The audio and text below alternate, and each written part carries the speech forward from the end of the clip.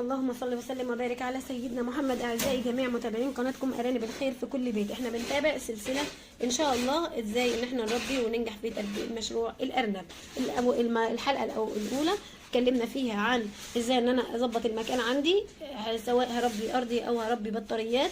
اختار الارنب ازاي، اختاره بمكان كويس، اختار الصفات الكويسه بتاعته، ارنب يكون جيد، الام والاب يكونوا سلاله جيده، المكان اللي اشتري منه يكون مكان موثوق منه، المكان بتاعي اللي انا هربي فيه يكون جيد التهويه، جيد النظافه، التهويه بتاعته جيده والنظيف جدا، ويكون فيه شفاط وخليه تبريد.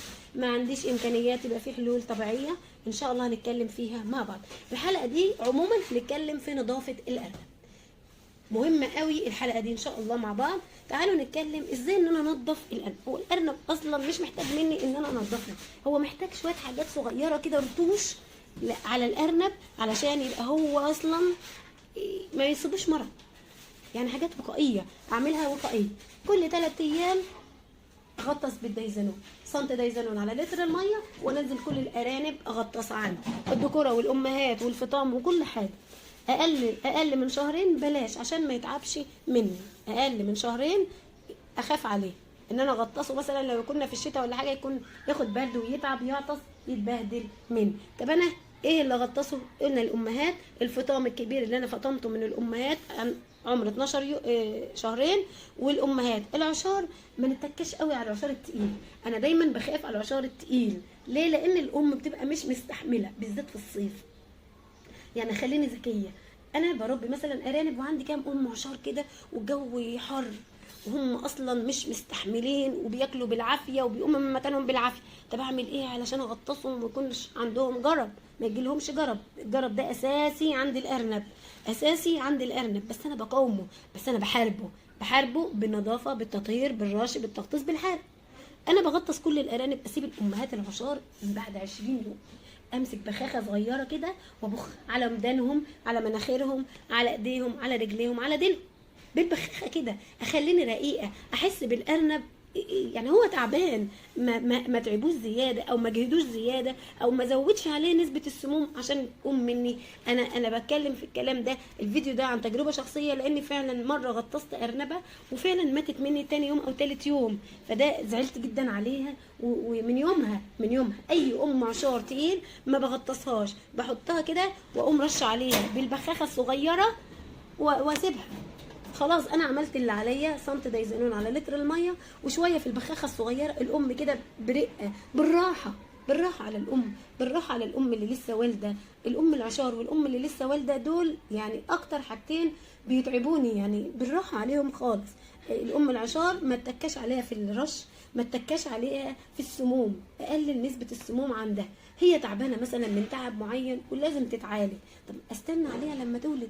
استنى يعني اسيبها اشوف حالتها عامله ازاي؟ الام واقفه كده وقويه وبتاكل وبتشرب وكويسه وحلوه، ماشي ابدا اعالجها بس بالراحه برضه. لو في حاجه فيها سموم زي ما قلنا، لو في تصمغ ماشي، لو في برد ابدا ادخل على الحاجات الطبيعيه، بلاش الحاجات اللي الكيميكالز او الحاجات الكيميائيه او الادويه الكيميائيه بتتعب الارنب. فانا دي حالتين اصلا هم تعبانين، فانا هتعبهم زياده يعني مثلا زي البني ادم، مثلا هو تعبان والمضاد الحيوي تقيل عليه، بالراحه عليه شويه، بالراحه. يعني مثلا كم مره ابني مثلا او بنتي تعبانه والدكتور يقول لي لازم حقن، الحقن هي اللي هتجيب من الاخر. طب بالراحه يا دكتور، بلاش 5 بلاش 6، خليهم 2 بس، ودي حبوب او ودي شرب او دواء شرب. فانا برضو ابقى حاسه بالارنب، الارنب زي البني ادم بالظبط، زي ما هتحس بيه هيديك ان شاء الله وهيبقى متفاعل معاك وكويس معاك. في البرد زي ما قلنا التغطيس مره واحده في الاسبوع بس علشان الارنب ما يجيلوش برد. يعني مثلا انا بعالج مشكله الجرب او معتيه للارانب كلها برد، ما انا ابقى برضو ذكي. دي اساسي في النظافه، التغطيس ده اساسي. الام عشار الام مش عشار اساسي. زي ما قلنا جردل واحط فيه سنتي ديزانون على لتر الميه واغطس كل الارانب وانضف، امسك بايديا ادعك ايديهم ورجليهم ودانهم، تلاقي الارنب كده فاق وبقى جميل. انا غطست النهارده، لازم في جردل الميه انزل مضاد سموم. اي مضاد سموم، اي نوع مضاد سموم 2 سم على لتر الميه لمده 6 ساعات، ده اساسي. طيب ده التغطيس. اليود بقى نعمله ازاي؟ الامهات النظافه بتاع الارنب مهمه جدا.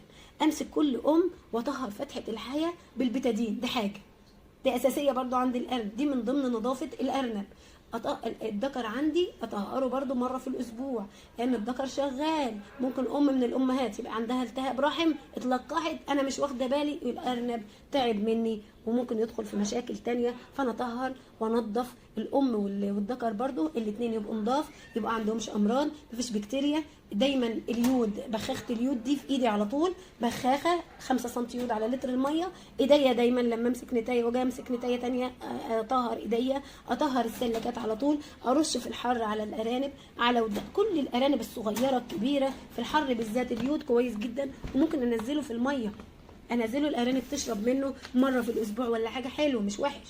ونزل فيتامينات، ابقى عندي دايما الفيتامينات، مهتمه بالفيتامينات. مش شرط في الميه، ممكن امسك كل القطيع عندي تجريع 5 سم جلوكوز على سم فيتامين، ده حلو جدا، حلو جدا، بيرفع مناعه الارنب. كل ده بيرفع مناعه الارنب. مره في الاسبوع اجيب لهم بقدونس وانشفه في الشمس. قلت الكلام ده كتير وعملته كتير قدامكم في التربيه الارضي مع الارانب البلدي. طيب ايه برضو من النظافه؟ النظافه مفيش حاجه اسمها الزبل يفضل يومين ورا بعض او 3 مع بعض ورا بعض. ليه؟ لو انا عندي كميه ارانب صغيره ماشي، حتى في الصيف ما ينفعش، لازم كل يوميا. في ناس بتنظف مره الصبح ومره بالليل، ده على حسب كميه الارانب اللي عندي. لو كميه الارانب كبيره ماشي مره الصبح ومره بالليل. اولا انا ما اتعبش، وريحه الامونيا ما تكترش، لان ريحه الامونيا بتطلع على الارنب بتعمل له مشاكل رئويه، مشاكل رئويه. طول ما هو شامم ريحه امونيا هيتعب مني.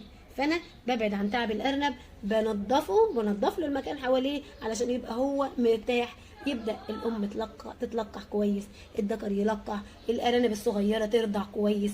يبقى الولاده دايما، الولاده بتاعتي نظيفه، اطهرها دايما باليود، اغير القش مره في الاسبوع بتاع الارانب الصغيره. دي كلها حاجات اساسيه. الحرق زي ما قلنا مره في الاسبوع، مره في الاسبوع في الشتاء، مرتين في الاسبوع في الصيف. ليه؟ لان الحرق ده اساسي. شايفين رجل السلاكه، شايفين خط الميه ده كله عليه نسبه برد، المشمع، المكلف، الحديد نفسه. فانا بنضف الارنب، برضه انضف المكان اللي الارنب عايش فيه، اطهر فرشه العرقوب باليود دايما دايما، اشيلها وانضفها واغسلها واحرقها كده، امشيها على النار او امشي النار عليها حاجه بسيطه واطهرها باليود. ده كلها اساسيات في نظافه الارنب. الحلقه دي عاملاها بس عشان نظافه الارنب. طيب انا الارنب عندي عملت الحاجات دي وتعبان، لا يبقى في مشكله، يبقى في مشكله. ادور بالظبط ايه المشكله. لو انا عملت، لو انت عملت زي ما انا بقول بالظبط، ان شاء الله ان شاء الله تشوف انتاج ما شفتوش قبل كده باذن الله. الحلقه دي مهمه جدا عن نظافه الارنب، نظافه السلاكه، نظافه الارض. طب انا الارض مثلا انا بربي ارنبين بلدي وذكر وحطهم على الارض، لازم انظف برضو، اشيل بقايا الاكل. لو الارنب كل وفي بقايا من الاكل عنده اتبول عليها، عمل عليها في مشكله عليها، اشيل الاكل عشان الارنب ما ياكلش حاجات ملوثه. ده اساسي في تربيه الارض. وبرده نفس النظام، اجيب مقشه او مساحه وانضف كل يوم الارض، اطهر الرمل وانضفه، ارش يود، ارش ديزانون على الجدران وعلى الحيطان وعلى الارانب. ده كله مهم، مهمه. نظافه الارنب سواء البلدي سواء السلاله مهمه جدا. اخلي الارنب فايق كده، واقف في السلاكه فايق، واقف على الارض فايق، ما سيبوش لحد ما الجو. اصلا شايفين الارنب بيبقى قاعد اصلا هبطان وتعبان لانه عليه فروه كبيره. يعني انا مثلا لو لابسه جاكيت صوف في الحر هعمل ايه؟ هموت طبعا، هموت، لا هاكل ولا هشرب ولا هنام كويس ولا هعمل اي حاجه. فانا لازم اخلي الجو كويس عنده، اخلي اللي حواليه النظافه، هو نفسه مرتاح ومبسوط. ما عنديش مثلا امكانيه ان انا اجيب خليه تبريد، زي ما قلنا ازازتين تلج، كل ارنب كده جنبه ازازه تلج، يروح يقعد جنبها ويطلع عليه الهواء، هيبقى هوا حلو كده، حبه تلج في الميه، بس ما تبقاش الميه ساقعه قوي عشان ما يدخلش جوه عند الارنب، تتعب معده الارنب. او زي الطفل برضه الصغير او اي حد مثلا الجو حر قوي يشرب ميه ساقعه يتعب جدا. فانا اوازنها، اخليني ايدي ميزان، اخلي عيني شايفه كل حاجه، شايفه كل حاجه، كل حاجه اعملها صح، كل حاجه افكر فيها علشان انجح في مشروع الارنب. الحلقه دي مهمه ان شاء الله، تابعوا الحلقات الجايه، هيبقى اهم امراض الارنب ان شاء الله. اي اخت من الاخوات الفاضلات تحب تتواصل معايا على تليجرام ارانب الخلي السيدات، على رقم الشخصي امر 010 628 15003.